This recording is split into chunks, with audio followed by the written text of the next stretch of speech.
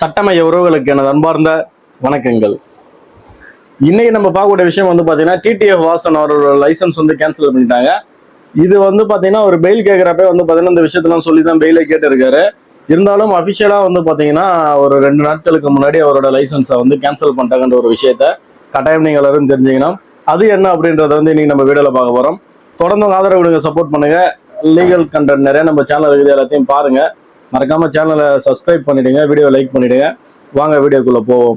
காஞ்சிபுரத்தோடைய RTO வந்து பாத்தீங்கன்னா, அதாவது இந்த முன்னாடி ஒரு ரீசெண்டா ஒரு மேல பண்ண வழக்கு பதிவு தெரியும். செட்டிச்சத்திரம் போலீஸ் ஸ்டேஷன்ல வந்து ஒரு பரிந்துரை ஒண்ணு பண்றாங்க, இந்த மாதிரி வந்து இவரோட லைசன்ஸை கேன்சல் பண்ணுங்க அப்படின்னு சொல்லிட்டு.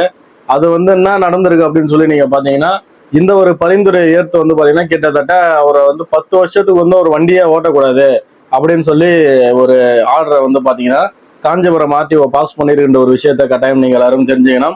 என்னப்பா சொல்ற, 10 வருஷத்துக்கு வந்து வண்டியே ஓட்டக்கூடாதுன்னு சொல்ற, அப்ப டிடிஎஃபோட நிலைமை என்ன அப்படின்னு சொல்லி நீங்க கேட்கலாம்.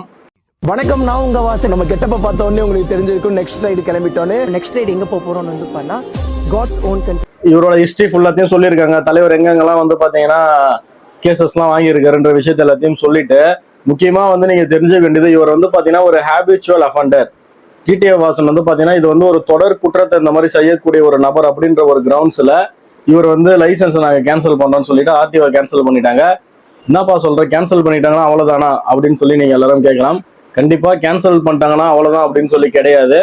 கேன்சல் பண்ணிட்டாங்க அப்படின்னா அடுத்தது அவருடைய ஒரு அப்பீலேட் அத்தாரிட்டி, ஆர்டிஓக்கு அப்பீலேட் அத்தாரிட்டி இருக்காங்க, ஜாயிண்ட் டிரான்ஸ்போர்ட் கமிஷனர் சென்னை. இவர்கிட்ட வந்து பாத்தீங்கன்னா 30 நாட்களுக்குள்ள இந்த ஒரு ஆர்டரை எனக்கு வந்து பாத்தீங்கன்னா இது ஒரு தவறுதலா ஆர்டர் பாஸ் பண்ணிட்டாங்க, எனக்கு வந்து பாத்தீங்கன்னா தவறுதலா வந்து பண்ணிட்டாங்க, அதனால வந்து எனக்கு இந்த ஆர்டரை வந்து கன்சிடர் பண்ணுங்க அப்படின்னு சொல்லிட்டு அவங்க வந்து அப்பீல் போகலாம். அப்பீல் போனதுக்கு அப்புறம் வந்து பாத்தீங்கன்னா அங்க டிசைட் ஆகும் இவர் வந்து ஓட்டலாமா ஓட்டக்கூடாதான்ட்டு. இப்போ வரைக்கும் வந்து பாத்தீங்கன்னா டிடிஎஃப், அதாவது 6/10/2023 இருந்து 5/10/2033 வரைக்கும் வந்து பாத்தீங்கன்னா வண்டியை ஓட்டக்கூடாது அப்படின்னு சொல்லி லைசன்ஸ் கேன்சல் பண்றாலே வண்டி ஓட்டக்கூடாது.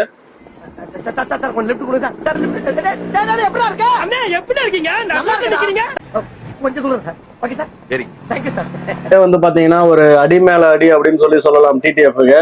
அதாவது அவர் வந்து ஒரு லைஃப்ல ஏதோ ஒரு வேலையை பார்த்துட்டு மஞ்சள் வீரன் அப்படின்னு சொல்லிட்டு ஒரு படத்தை நடிச்சுட்டு வந்துட்டு இருந்தாரு. திடீர்னு வந்து பாத்தீங்கன்னா இந்த மாதிரி அவரோட லைஃபே வந்து ஒரு டேர்ன் ஓவர் ஆயிப்பு அப்படின்னு சொல்லி கூட சொல்லலாம். நீங்க இந்த வழக்கை பத்தி என்ன நினைக்கிறீங்கன்றதை மறக்காம கமெண்ட் பண்ணுங்க. தொடர்ந்து ஆதரவு கொடுங்க, சப்போர்ட் பண்ணுங்க. மறுபடியும் இன்னொரு வீடியோல சந்திக்கிறேன். நன்றி, வணக்கங்க.